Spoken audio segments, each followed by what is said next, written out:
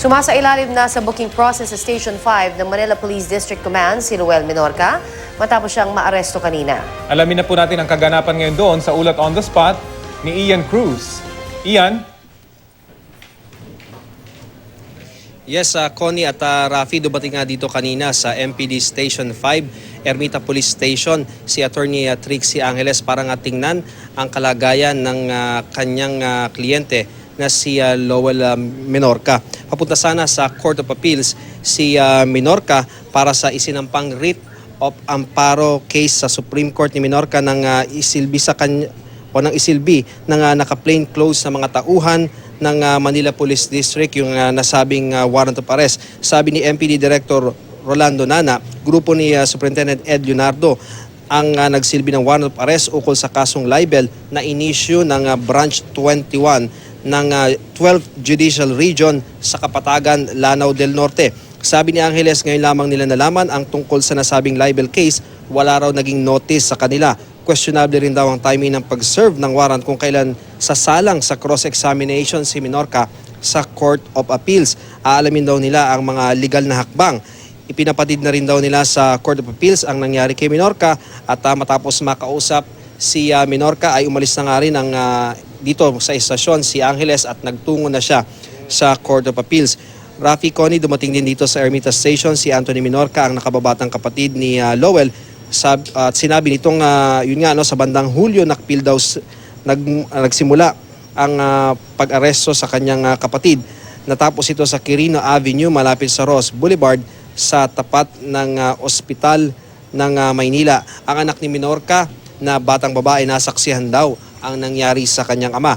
Nadala dito sa MPD Station 5 si Menorca ng mismong si MPD District Director Chief Superintendent Rolando Nana ang nagdala kay Menorca tungo sa mobile car. Ngayon ay nasa investigation room na ng istasyon si Menorca. Sabi ni Nana, daraan sa proseso si Menorca para makakuha siya ng piyansa at magkaroon siya ng pansamantalang kalayaan. Rafi and Connie.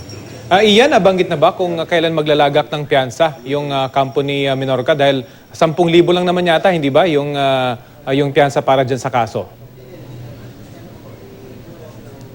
Oo, Rafi, normal na 10,000 lamang yung bail doon sa libel case. Pero sa ngayon, Rafi, hindi tayo pinapapasok doon sa investigation room kung saan nga naroroon itong si Lowell Menorca.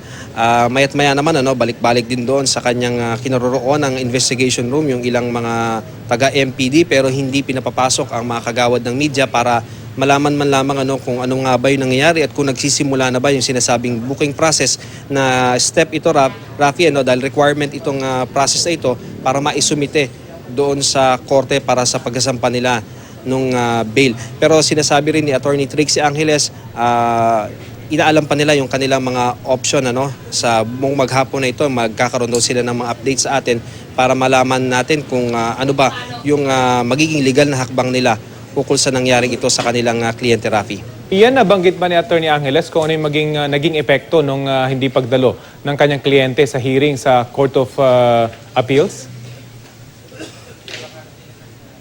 Oo. Rafi, yung nangyari kasi, di ba, mayroong na itong si Menorca ay sinasabing kinidnap, dinukot doon sa Sorsogon at na-filean pa ng ilang kaso. At dahil nga doon nangangamba na sila doon sa seguridad nitong si Menorca, kaya nagsampa sila ng writ of amparo na case doon sa Supreme Court.